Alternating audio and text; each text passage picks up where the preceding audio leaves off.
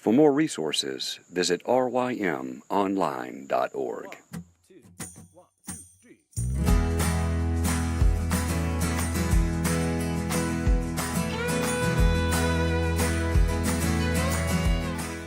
The Local Youth Worker is a daily podcast that's centered on 5 questions each week. Ranging from the practical to the professional, we're looking for answers to the questions you're asking. Whether you're in full-time, part-time, or even volunteer youth ministry, this podcast is for you.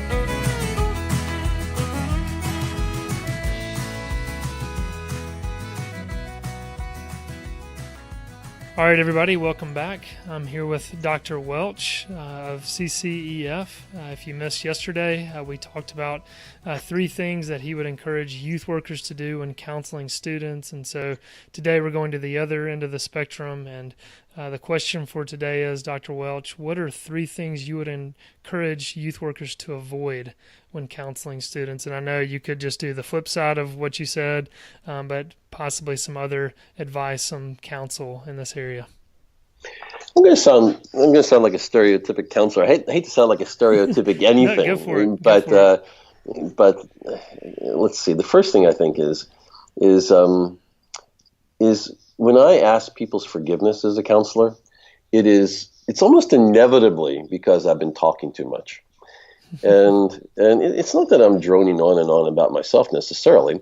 It's we're talking about the Scripture and Scripture being brought to life, and we can get pretty enthusiastic about it. And sometimes when I get enthusiastic, I just start going on and on and on. So I would say one of the mistakes that I make in counseling is I talk too much. I simply talk too much. I am thinking. I'm thinking first, and there are exceptions to this rule certainly, is how can I invite this person? How can I invite this person? How can I? It's to draw out a person's heart, the things that are especially important to them. That is not. It's not a.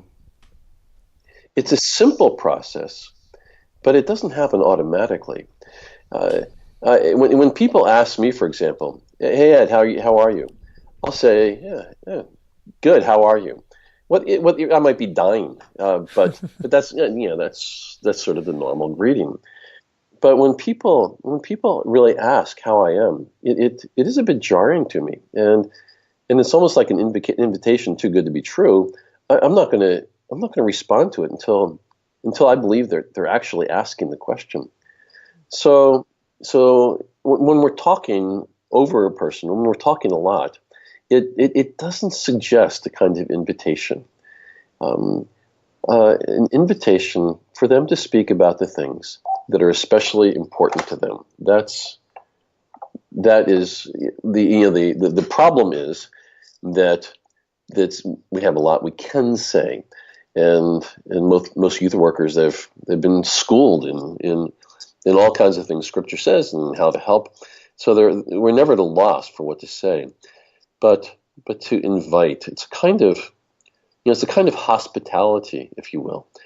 It's like we're inviting a person into our home and asking them to share their own lives, and especially the things that are important to them.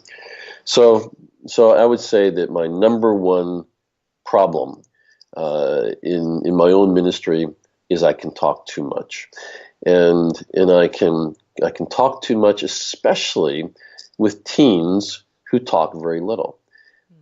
So you know what I'm saying. Where okay, here I am. I want to draw the person out. I want to invite, and I'm not getting a whole lot from the person. Well, all right. Well, if they don't want to talk, I can fill it. I can fill the time in. So, it's very natural to do those kinds of things. But I guess then the question would be, if a person is not willing to speak that openly, then what do we do? That's a tougher one. Humility. We talked about humility the other day. That humility is one of the prime things that we bring to our face-to-face, to our counseling ministry. Humility might simply ask a question. are there ways that I can help you to speak some of the things that are important to you? Because it is my pleasure to hear the things that are on your heart, and maybe you're not accustomed to doing that with other human beings, or maybe when you've done it, you've been quite hurt by it. But this is what we want to practice. And are there ways that I can help you to speak about the things that are important? Are there things that I could do differently? Now, the person might not have a response to that, but at least it's communicating to them that I really want to know the things that are on their heart. So this is all just going on the theme. I can talk too much. I can talk too much, and I would rather take the time to draw out the other person. And so I'll stop there. You can respond if you want, John. Yeah, no, that is great advice, and I would just echo what you're saying. That I've had the students in my office, and I'm speaking with them, and they're coming in to talk to me about a certain issue, and then I realize I'm the only one talking, and I start talking about almost sharing my problems with them, trying to get them to counsel me. But just learning. Which we understand that. We understand that there's a certain kind. You're disclosing yourself, and you're given a template, if you will. These are the kinds of things we can do. So we understand why that would happen. But yeah, sometimes inadvertently, the conversation veers a little bit away from what might be on their heart. Absolutely. And so there is, like you're saying, there's a healthy interaction. There's a healthy vulnerability and disclosure of, hey, I'm a sufferer in this also, kind of as you were sharing, I think yesterday about with your daughters, just kind of them hearing we for the first time. And so, yeah, there's an importance to doing that. But like you said, just listening, because it is a knee jerk, especially like you gave the scenario of a student who doesn't talk or just wants to sit in silence. We want to fill that silence as quickly as we can. So that's a good reminder to, as I've heard another counselor say, to get comfortable with silence, and just kind of letting it hang out there a minute or two to see if they respond. So that's good. Do you have anything else for us? Yeah, you got me thinking about my own children a little bit more. Where it was interesting when as a good parent, when my children were teenagers, I would take them out for breakfast or lunch. That's sort of one of the rules. That's the really, really good parent will do such a thing. At least the circles I go in, that's they're the best of the best. So I take my kids out, and I'm all proud of myself for having taken them out. And they inevitably were the worst times that we would have together. and I think it was, and one times my daughter were sitting there having her eggs. And she said, "Dad, are you trying to counsel me right now? Are you trying to counsel me?" And I sort of understood what she was saying. I think she was suggesting that I was no longer dad. I was some specialist who was trying to draw her out and then give her all the answers. So it's hard. The nuances of how we draw somebody out is there's skills involved in that, and sometimes we just don't know. So we default to, okay, here's something only Christ Himself can do, and so we will pray.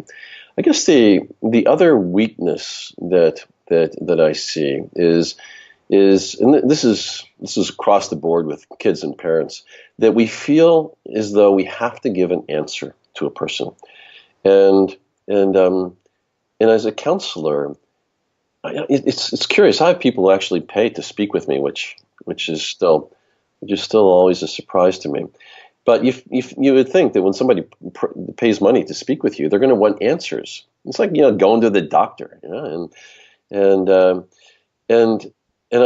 I find that those answers are rarely the thing that has been most helpful for people. So if you feel compelled to give an answer, do it in a way that is especially personal. Here's something I was thinking. Do it in a way that's collegial, if you will. What do you think about this? And work on it together.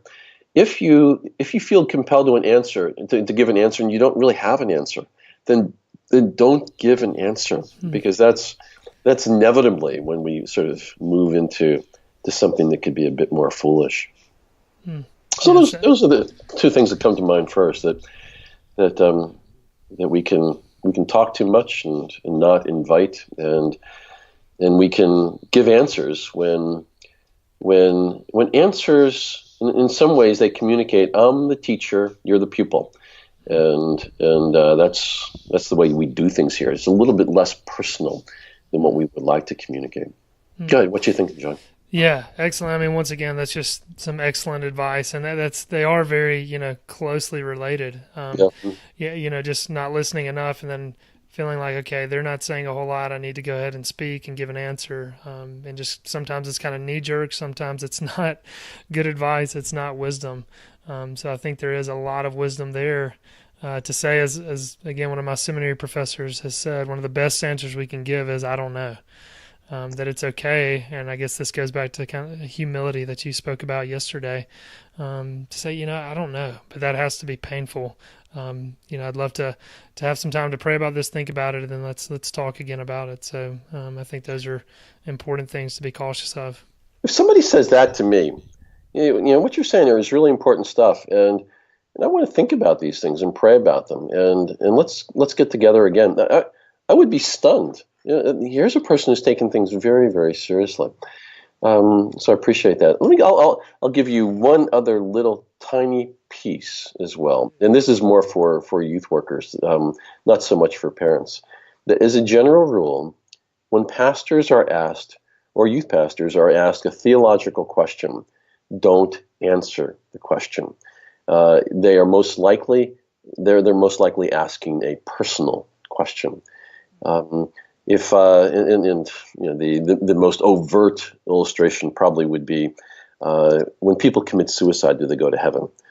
Well, that I think most of us would recognize that they're not asking a theological question. It's a very personal question. Either they are struggling with something really dark, or they have a very good friend who's struggling with something very dark. So for us to, and here you sound like a traditional counselor. Good. Okay, I appreciate your question. Could you help me to understand why you asked that particular question? It's a response like that we would most likely offer. Once again, that's some very helpful advice for us to think about and consider when we're counseling students. So thanks so much, Dr. Welch. It's good to spend time with you, John. Thank you.